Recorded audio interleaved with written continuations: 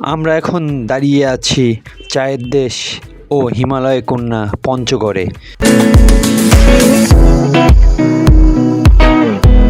আমাদের এই উত্তরবঙ্গে পঞ্চগড়ে আপনি পাবেন চায়ের বাগান, ইন্ডিয়ান বর্ডার এবং নান্দনিক কিছু দৃশ্য দেখতে পারবেন। আমরা এখন ডাকবাংলোতে অবস্থান করতেছি। আমরা পঞ্চগড় থেকে সরাসরি ডাকবাংলোতে আসছি। আমরা রংপুর থেকে রাত 1টার দিকে রওনা দিয়েছিলাম। পঞ্চগড়ে এসে পৌঁছিয়েছি রাত 3:58।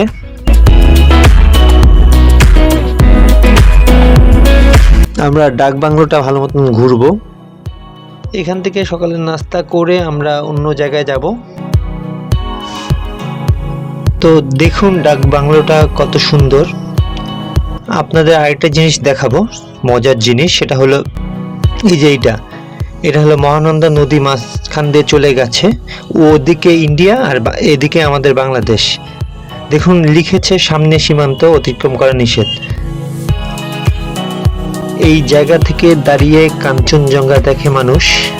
এই সেই জায়গা কাঞ্চনজঙ্ঘা দেখার।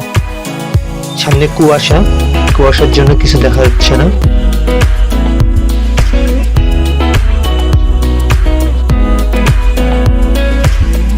আর এই সেই নদী।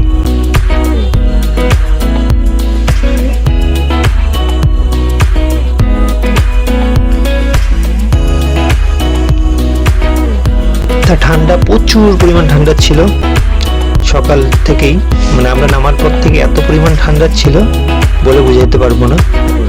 এই সেই পাহাড় বা টিলা টাইপের আর কি জায়গাটা, নদীর পাড় বলা হয়, পাড় বা বাঁধ বলা হয় আর কি। অনেক উঁচু এবং ভয়ঙ্কর আর কি, যে কোনো সময় মাটি খসে পড়ে যেতে পারে। খুব খারাপ অবস্থা। ভালো মতন ঘুরে নিলাম আমরা জায়গাটা।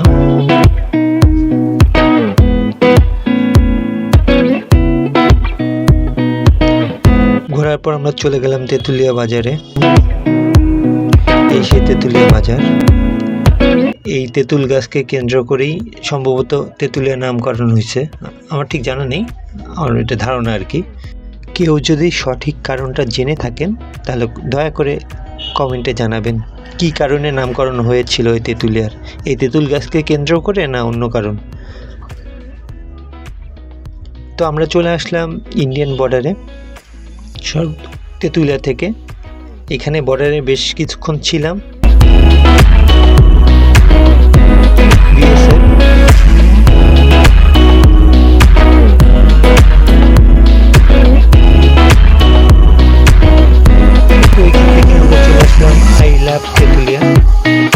এইখানে কিছুক্ষণ থাকার পর আমরা চলে গেলাম চায়ের আড্ডায়। আমি আছি বাংলাদেশে, সরো দেখাচ্ছি। এখন আমি আছি বাংলাদেশে, আপনাদের এখনই আমি ইন্ডিয়া যাই দেখাবো। বেশি সময় লাগবে না। এই দেখেন ইন্ডিয়া যাচ্ছি। এই দেখেন ইন্ডিয়া, বাংলাদেশ ইন্ডিয়া, বেশি সময় লাগলো না। ম্যাজিক। তো আজকে এই পর্যন্ত। ভালো থাকবেন। যদি আবার কোথাও যাওয়া হয় সেটা তুলে ধরার চেষ্টা করব। Bye bye.